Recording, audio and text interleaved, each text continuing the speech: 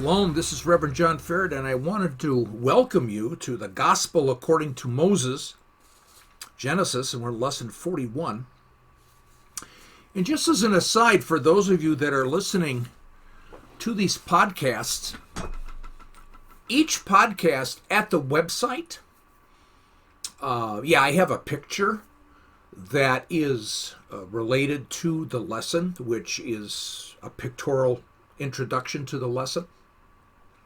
But also below that picture and before where you click to listen to podcasts on the website now, I normally have some commentary that is related to the lesson.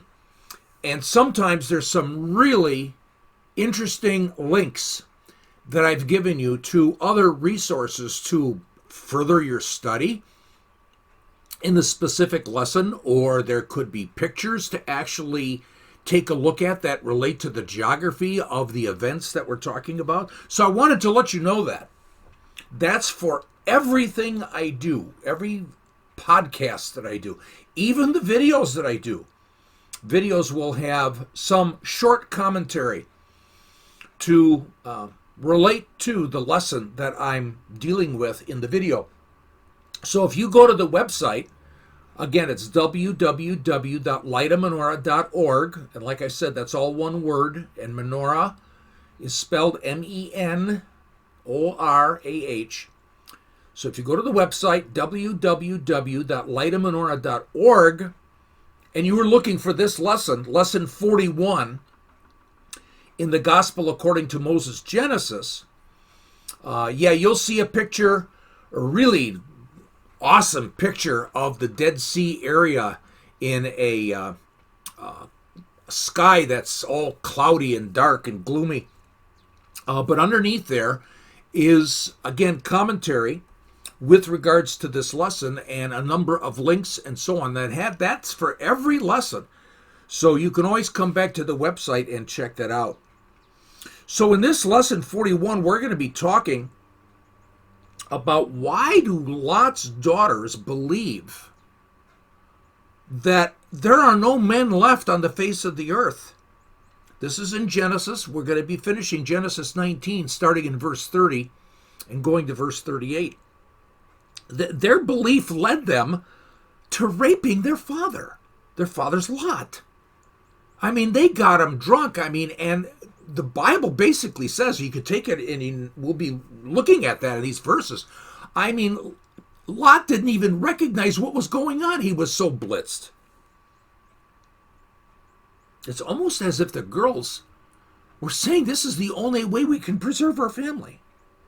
Now, what we're going to find is that this has got a lot more to do with the disaster that God brought upon the two evil cities of Sodom and Gomorrah. It's almost a conclusion that we could make. It said, well, because of that devastation, they probably thought all men on the face of the earth were gone. But there's a second major reason. And the second major reason is probably more realistic to the belief, especially of the older daughter, that there was nobody left on the face of the earth. It's got a lot to do with geography. That's why I chose the picture for this lesson. So if you went to the website, looked up this lesson, you would see the picture that's related to this. Now, another thing we're going to study in this lesson is a biblical concept called midah keneged midah, measure for measure.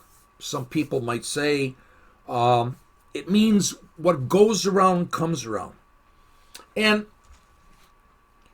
let me show you two verses that are related to this. I'm going to go to Exodus chapter 4, starting in verse 22. Then you shall say to Pharaoh, thus says the Lord, Israel is my son, my firstborn. So I said to you, let my son go that he may serve me. But you have refused to let him go, so I will kill your son, your firstborn. That's the idea of measure for measure. Basically is saying that you're not letting my people go. You're not letting them have life. You're not letting them be free. So I'm going to take your son. He is not going to be free. he is not going to be able to go where he wants to go because I'm going to kill him. What goes around comes around. Paul talks about this in Galatians chapter 6, verses 7 through 8, where he states, "Do not be deceived, God is not mocked. For whatever a man sows, thus he will also reap. For the one who sows to his own flesh will from the flesh reap corruption, but the one who sows to the Spirit will from the Spirit reap eternal life."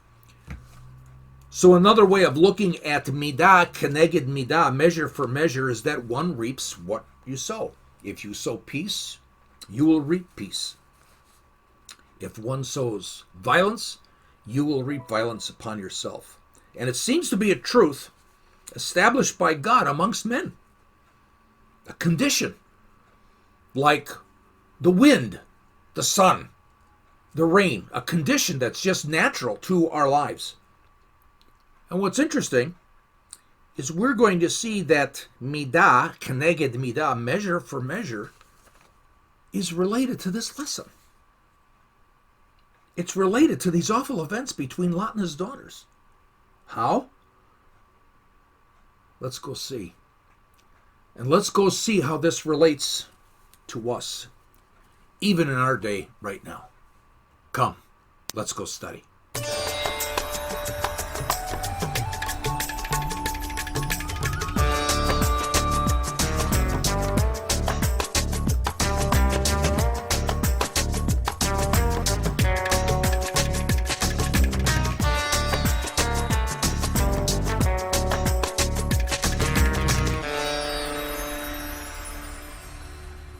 Let's go to Genesis 19, starting in verse 30. "And Lot went up out of Zoar and dwelt in the mountain." Now, I just want to stop there. This is the Dead Sea area. And I've been in the Dead Sea area at least 10, 11 times. When you're in the Dead Sea area, when you're in that deep, deep valley, you're 1,400 feet below sea level. There are high cliffs and mountains on both sides. Jerusalem is 3,200 feet above sea level. So technically speaking, you're a mile below Jerusalem. So if you're living in that valley in a cave, you can't see anything. If you're on the west side of the the Dead Sea, you can look across the Dead Sea and you can see the high hills, of the modern country of Jordan. You can't see above them a little bit. You can't see Amman, but you can just, that's it. Technically, you're in a bowl. As far as you're concerned, that's it. That's the limit of what you can see. I want to bring that up, only for the simple reason it's important for the story from a geographical position. You need to understand the geography. If you've never been there, you can't appreciate what is about to happen. Verse 30 again. "And Lot went up out of Zoar and dwelt in the mountain, and his 2 daughters went with him, for he feared to dwell in Zoar. And he dwelt in a cave, he and his 2 daughters. And the firstborn said to the younger, Our father is old, and there is not a man in the earth to come to us after the manner of all the earth. Come, let us make our father drink wine, and we will lie with him, that we may preserve seed for our father. And they made their father drink wine that night. And the firstborn went in and lay with their father. And he perceived not when she lay down, nor when she arose." This guy was really out of it. This guy was blitzed. He had no idea that he just was raped. Didn't even know when his daughter left. This guy was drunk. And it came to pass on the morrow, when he had a hangover, that the firstborn said to the younger, "Behold, I lay last night with my father. Let us make him drink wine this night also. And go thou in and lie with him, that we may preserve seed for our father." And they made their father drink that night also, and the younger arose and lay with him, and he perceived not when she lay down, nor when she arose. Again, this guy was, I don't know how many bottles of wine they gave this guy, but this guy was like totally blitzed. "Thus were both the daughters of Lot with child by their father. And the firstborn bore a son and called his name Moab. He is the father of Moab to this day. And the younger, she also bore a son, and she called his name Ben-Ami. He is the father of the children of Ammon to this day.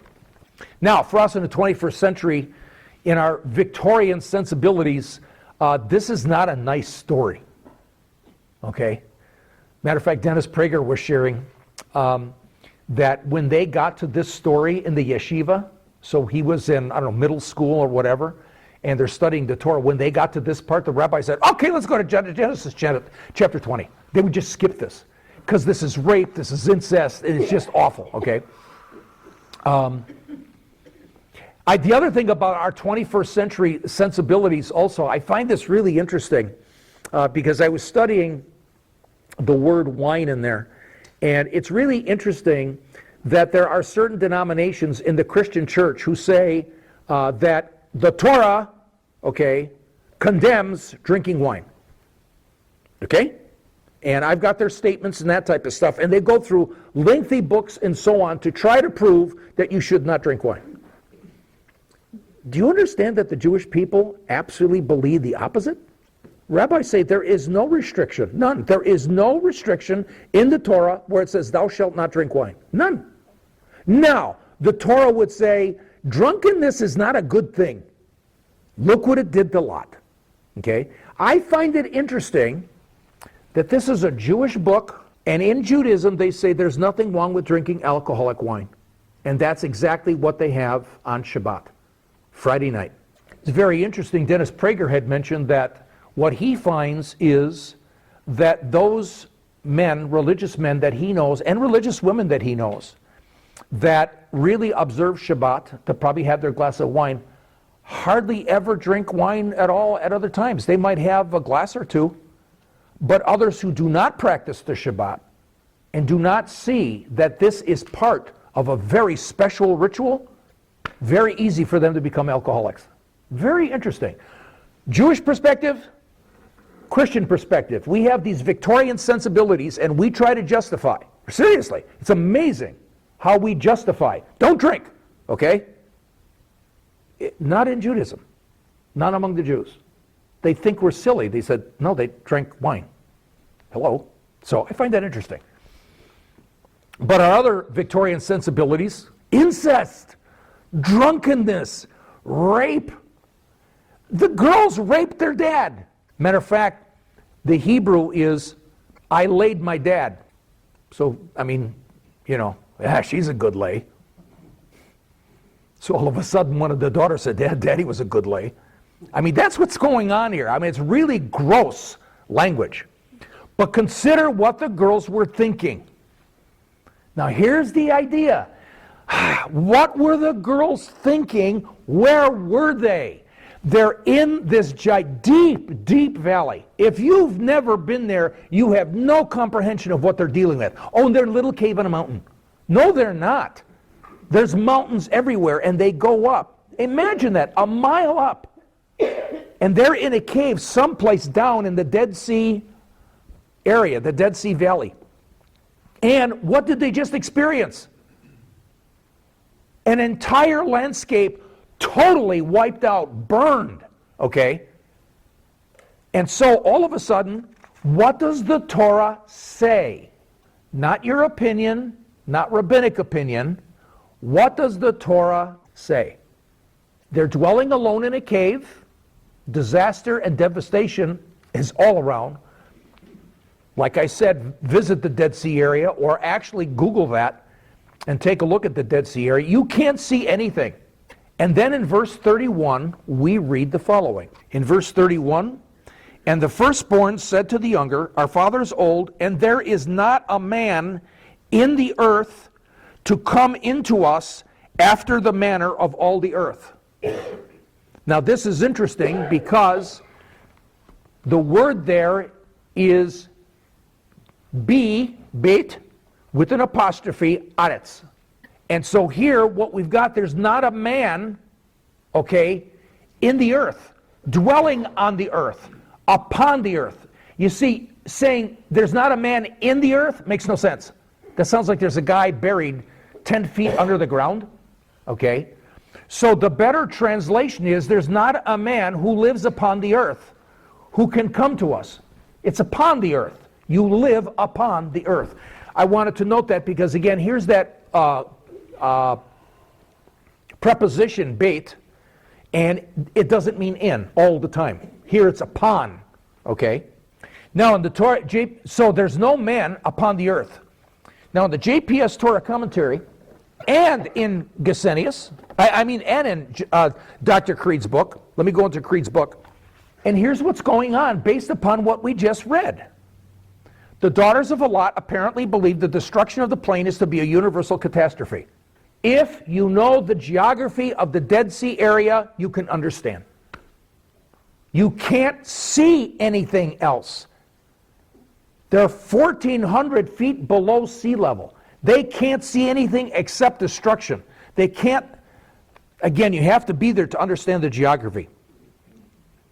They have every reason to believe, from a geographical point of view, that they are the last people on earth. One consequence is that they see in their present circumstances no prospect of husbands and children. The biblical author, meaning Moses, does not explicitly condemn Lot's daughters. God does not condemn them. By the way, Adam and Eve had children, right?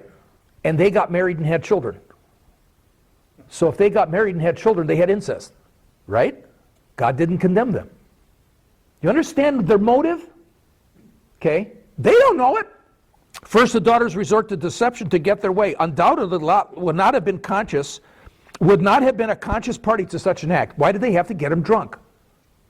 They had to get him drunk because they know their dad wouldn't allow them to do this? Are you kidding? They had to get him drunk. He simply would not have agreed willingly.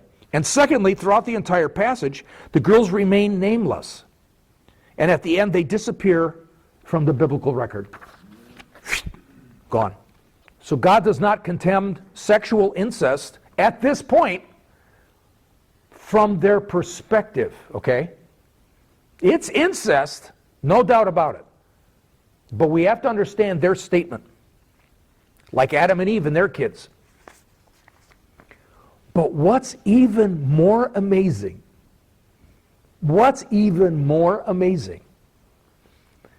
is there's a very interesting rabbinic teaching tool. And the rabbis got it from the Torah. The rabbis see it everywhere. It's called midah, ka neged midah. Midah, ka neged midah. Translated, measure for measure. Okay? Measure for measure. Midah, ka neged midah. Lois Tverberg, who is a fellow scholar, writer of some fantastic books. One of them is Reading the Bible with Rabbi Jesus, that just came out. She wrote an article on Jesus' Jewish logic. Oh, was Jesus a rabbi?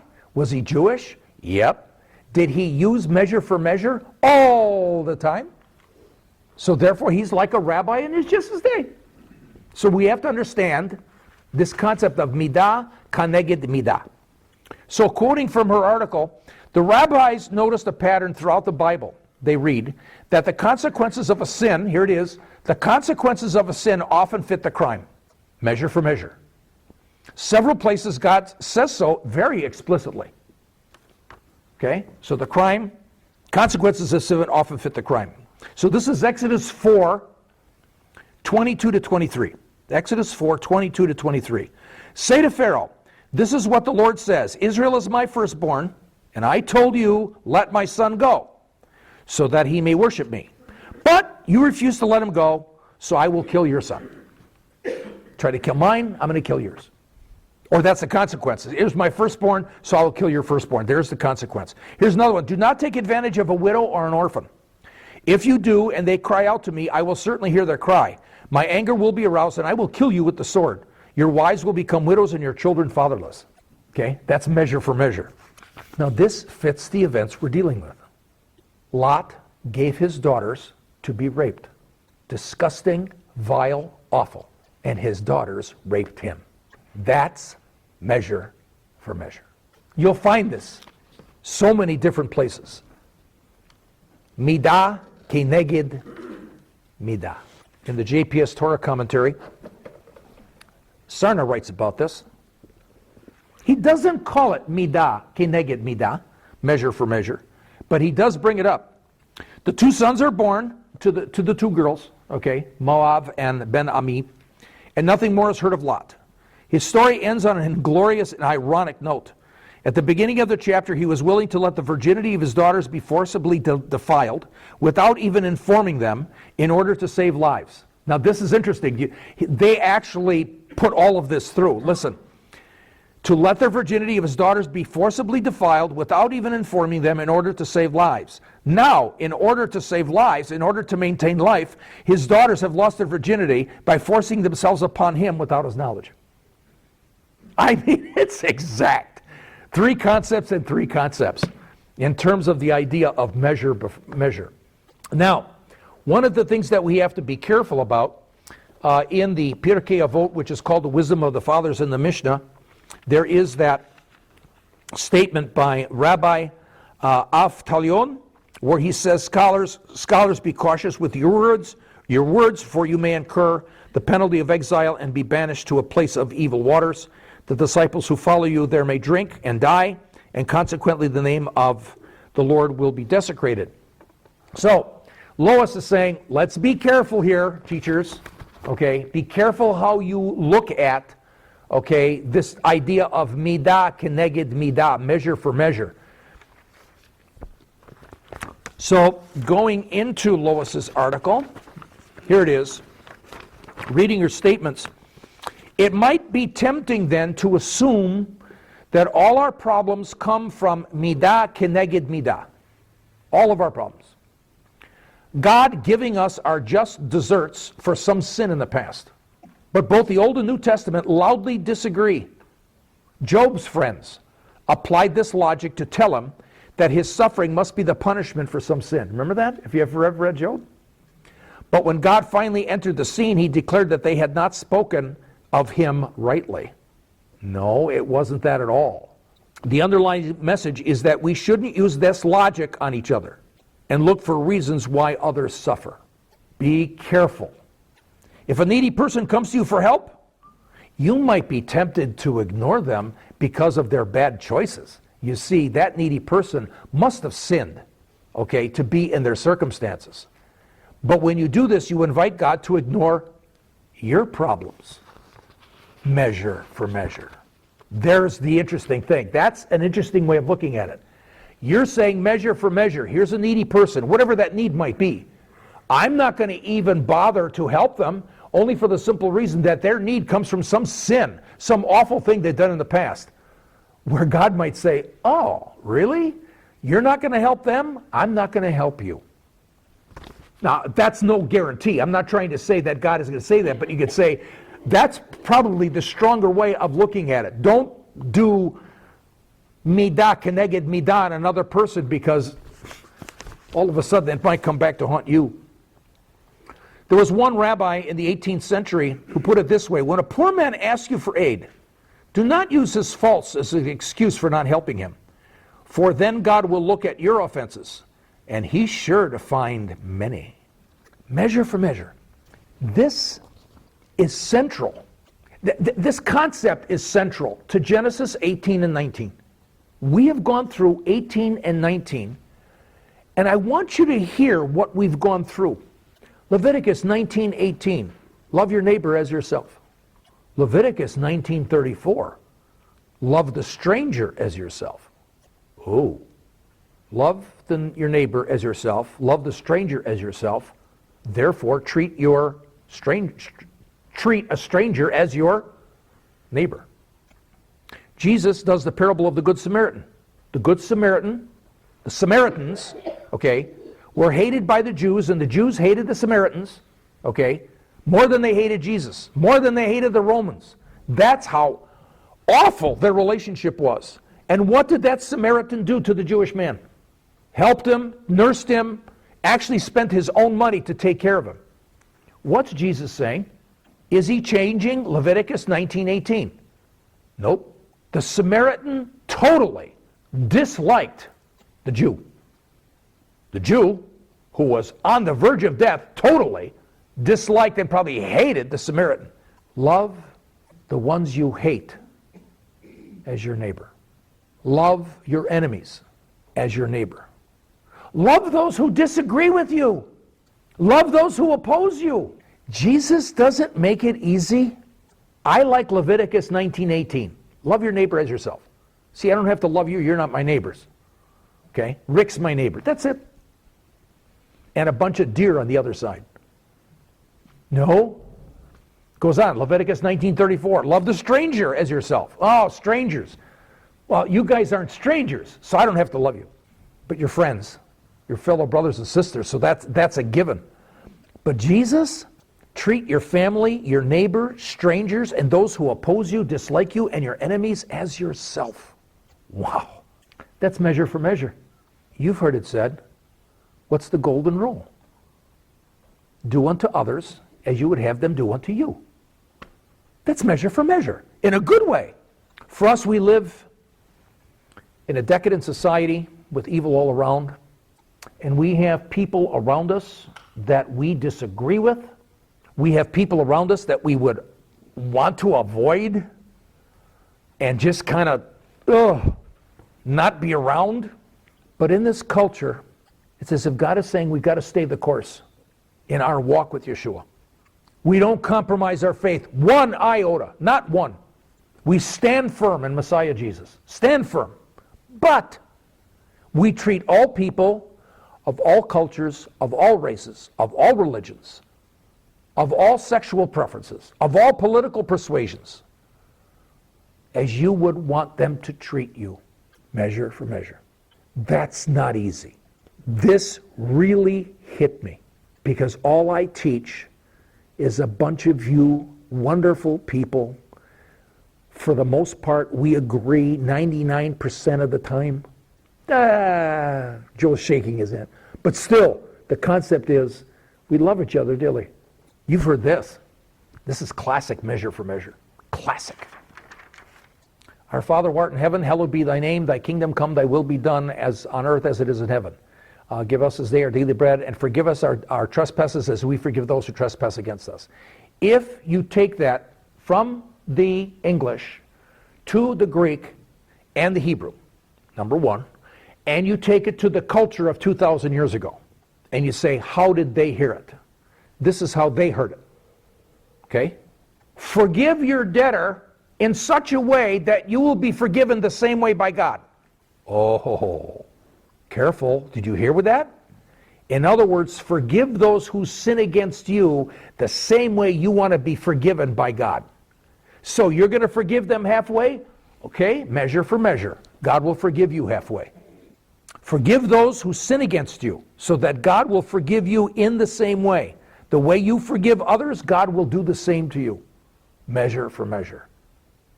So totally forgive so that you are totally forgiven. Totally forgive. So if somebody comes to you and they've done you wrong and they seek forgiveness, you want to totally forgive them. Now, from an emotional point of view, from a welcoming point of view, I don't know how to deal with that. Now, those girls each had a son. We finish off the chapter. Moab, from her father, that's what it means, Moab. And Ben-Ami, the son of my people. They're the sons of Lot. They became enemies of Israel. So as we end this chapter off, we're reading about these two tribes, these two groups, the Moabites and the Ammonites. They were idolaters. Matter of fact, the Moabites gave us Molech and did child sacrifice. These are awful people, coming from an awful pop, through an awful incestuous relationships. Oh, these are awful. Now, Tim Hague, again, has a very interesting view to conclude chapter 19. His view is this: one can hardly agree with the sages who almost universally consider the incestuous act of Lot's daughters as righteous. You can hardly agree with that, since they acted to preserve the human race and produce the people that eventually brought Ruth, a Moabitess, into the line of Messiah. What this highlights is not the righteousness of Lot's daughters, Listen to this. I love this insight. What this highlights is not the righteousness of Lot's daughters, but the sovereignty of God to overcome the sinfulness of man. Listen to this. Satan thought he could thwart God's messianic plans through the sin of Sodom and the family of Lot. But this was not to be. Out of darkness, God inevitably brings light. And so came Ruth. She's a picture for us. She becomes a God-fearer.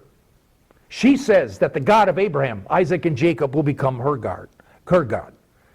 And for us on this day, Ruth is grafted in. She's grafted in to the covenants of Israel. And we have hope for our future in Messiah.